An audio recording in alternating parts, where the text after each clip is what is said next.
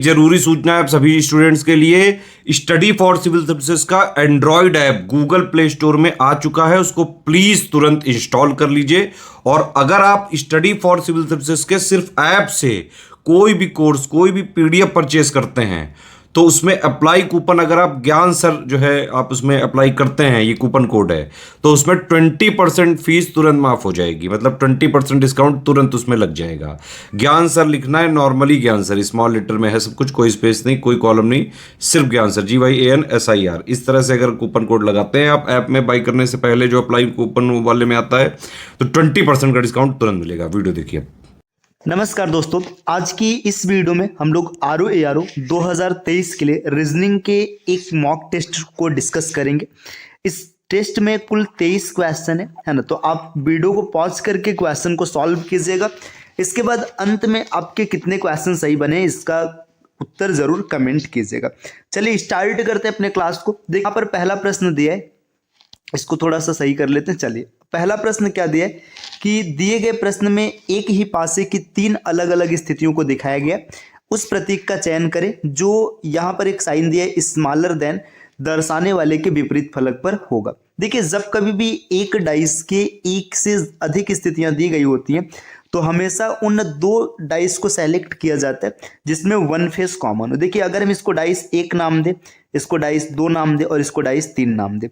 देखिए अगर आप डाइस 1 और 2 से देखेंगे तो देखिए इसमें 2 फेस कॉमन है, $,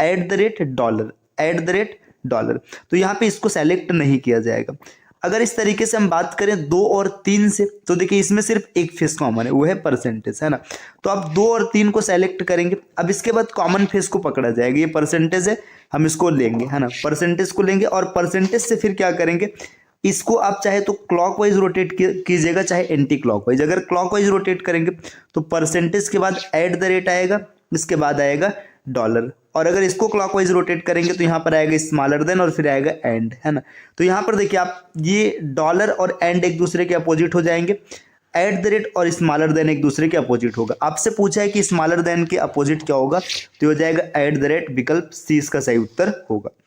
दूसरे प्रश्न पर आते हैं। प्रश्न संख्या दूसरा, एक निश्चित कोड भाषा में पेन को 32, 10, 28 के रूप में कोडित किया गया है, उसी भाषा में टब को किस प्रकार कोडित किया जाएगा। देखिए पी की प्लेस वैल्यू होती है 16, ई की प्लेस वैल्यू होती है 10 और एन की प्लेस वैल्यू होती है 14।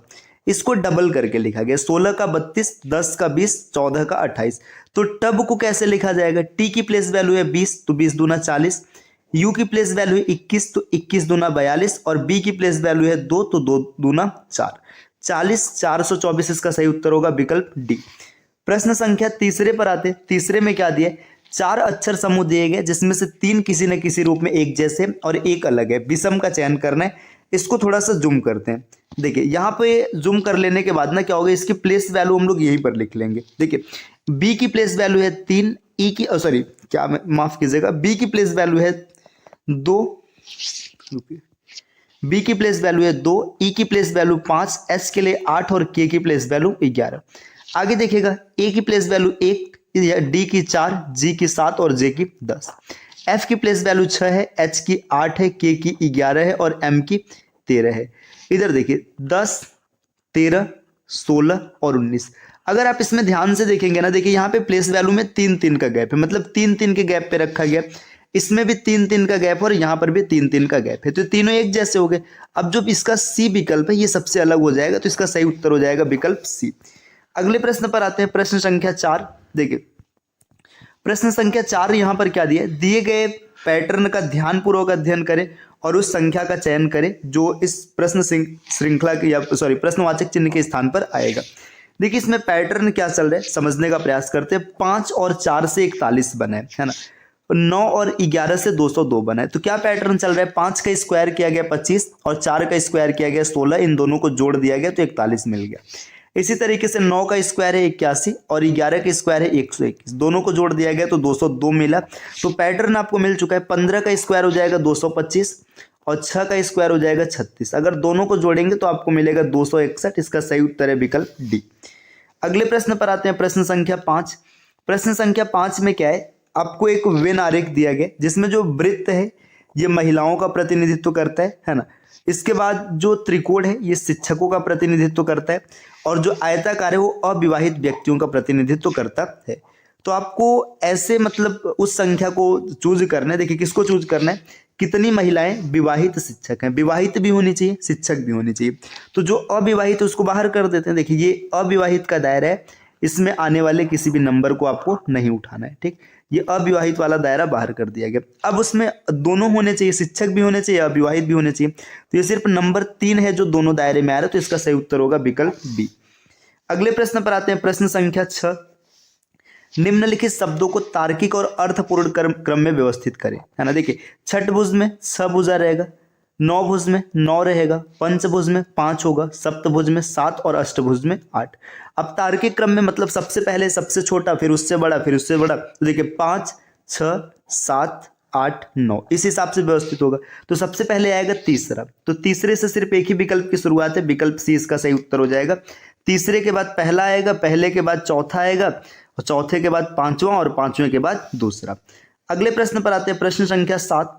7 में दिया है कि हैमर, है ना। देखिए हैमर का जो कोड है ये ICP-QJX लिखा जाता है। तो रेंज का कोड क्या होगा, देखिए हैमर को अगर हम लोग लिखेंगे, देखिए H की प्लेस वैल्यू 8, A की प्लेस वैल्यू 1, M के लिए 13, फिर से 13, E का 5 और R का 18, है ना। हैमर को लिखा गया C, देखिए यहाँ पे I पहले तो 9 हो जाएगा, C के लिए 3 हो जाएगा, P का 16 हो जाएगा, Q का 17 हो जाएगा, J का 10 और X का यहाँ पर बन जाएगा 24।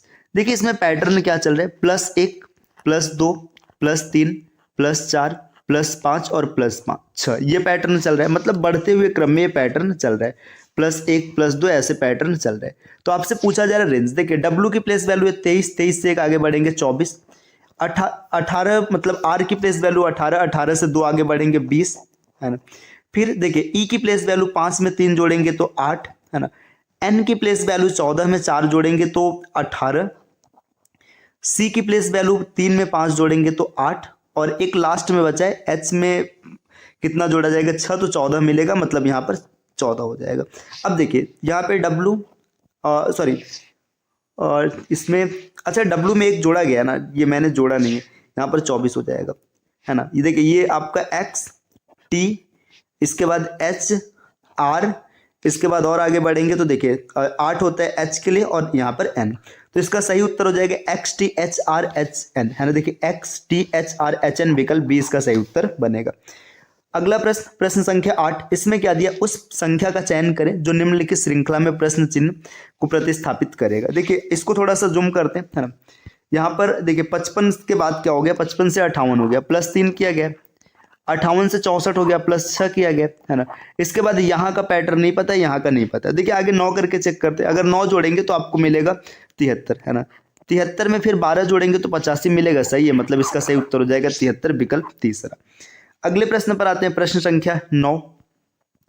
9 में क्या दिए आपको, चलिए उस विकल्प का चयन करें जिसमें दिए गए संबंध वही साझा करते हैं जो प्रश्न में दिए गए शब्दों के जोड़े द्वारा साझा किया जाता है। देखिए शिक्षक का जो समूह मतलब शिक्षक से संकाय बनता है ना। तो अब इसी तरीके से देखिए शिक्षक से संकाय बनता है तो झुंड से चींटियां तो नहीं बनेगी, ये गलत हो जाएगा। अपार्टमेंट से गैलेक्सी ये भी नहीं बनेगा, भेड़िया से कॉलोनी ये भी नहीं बनेगा, ट्रक का बेड़ा बनता है, इसका सही उत्तर हो जाएगा विकल्प डी।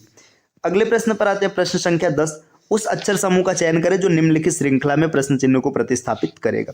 इसको भी थोड़ा जूम करते हैं, है ना। ऐसे प्रश्नों को जूम करने पे यहीं पे सेट हो जाएगा सब कुछ। देखिए यहाँ पे बी की प्लेस वैल्यू है 2, जेड की है 26, है ना।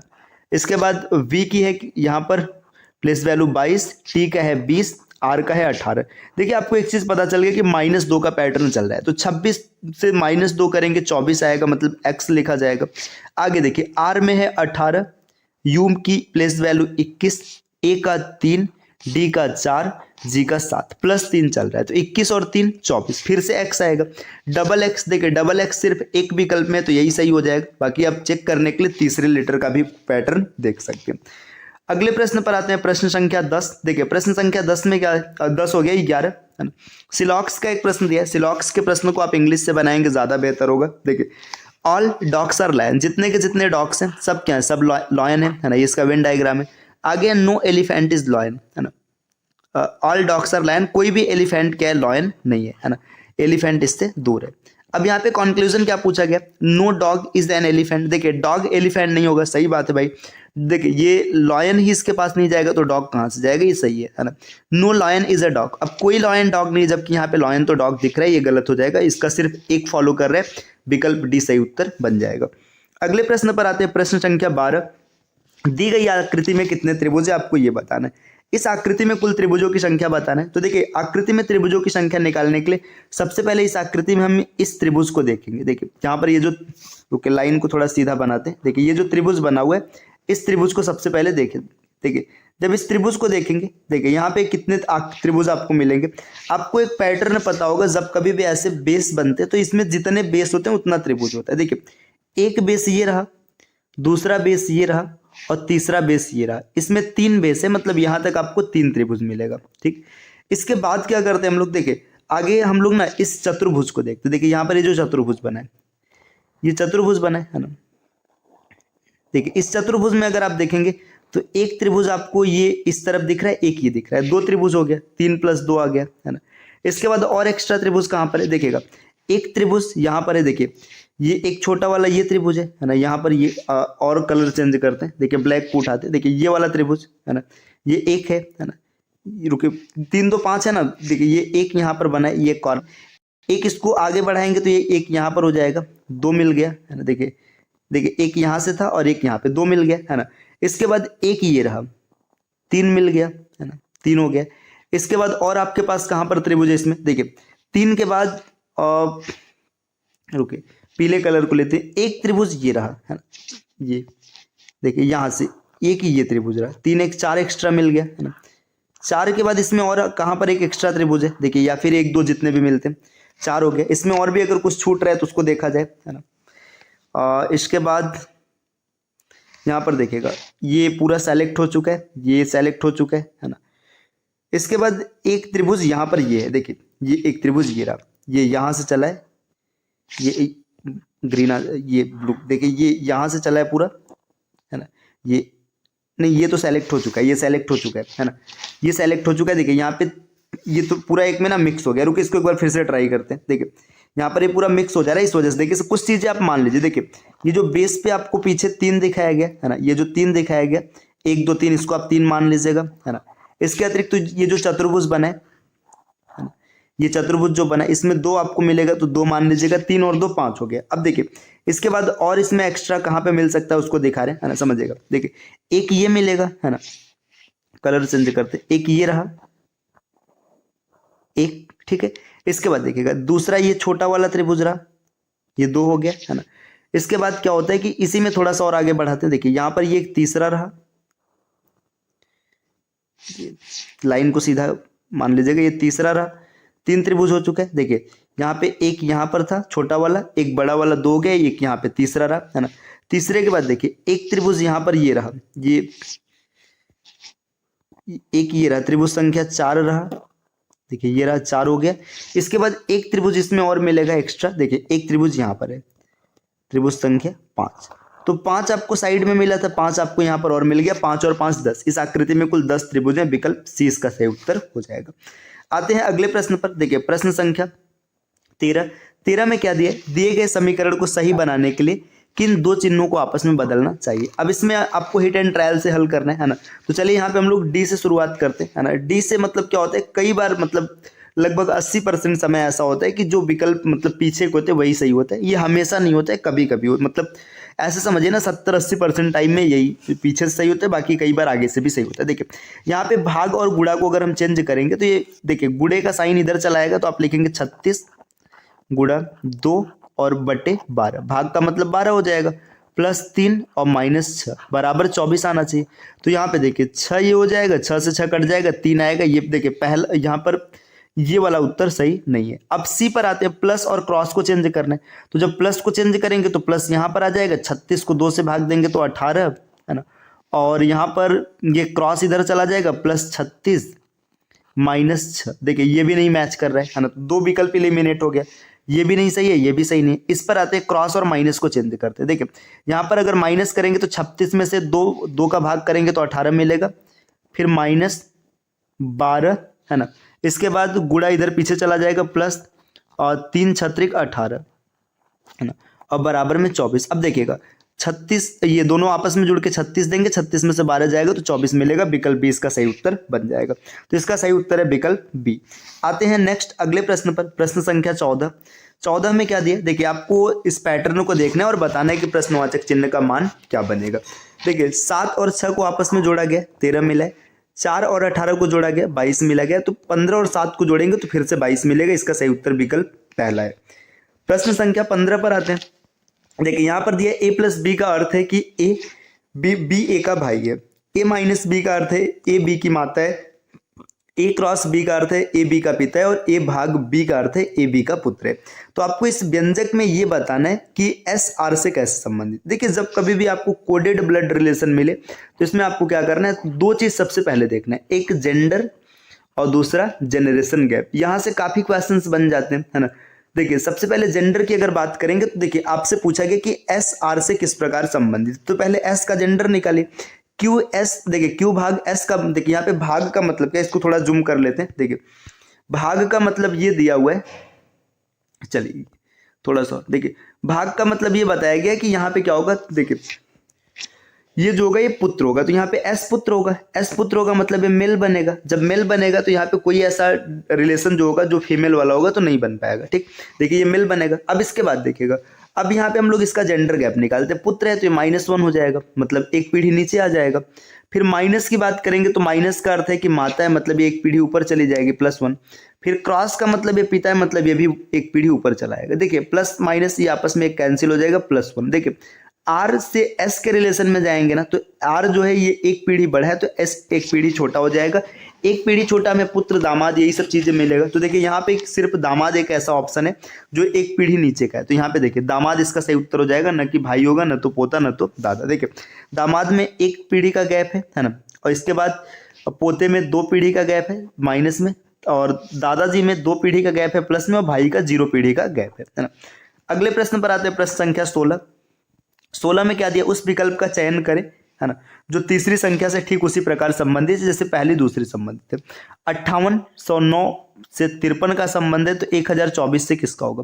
5809 वर्गमूल है, देखिए ये वर्ग है 53 का, मतलब इसका वर्गमूल 53 मिलेगा। तो 1024 का वर्गमूल 32 होता है, विकल्प ए सही उत्तर बनेगा। अगले प्रश्न पर आते हैं, प्रश्न संख्या 7। दी गई आकृति का मिरर इमेज आपको बताना है। मिरर इमेज में चीजें जस्ट पलट जाती, यहाँ पे आप मिरर रखेंगे, है ना। देखिए ये डिब्बा ऐसे बनेगा, यहाँ पर ये जो तीर है, तीर इसी प्रकार से रहेगा। देखिए जब तीर इसी प्रकार से रहेगा बस पास आ जाएगा, देखिए ये सही है। देखिए यहाँ पर तीर पलट गया तो ये गलत हो जाएगा।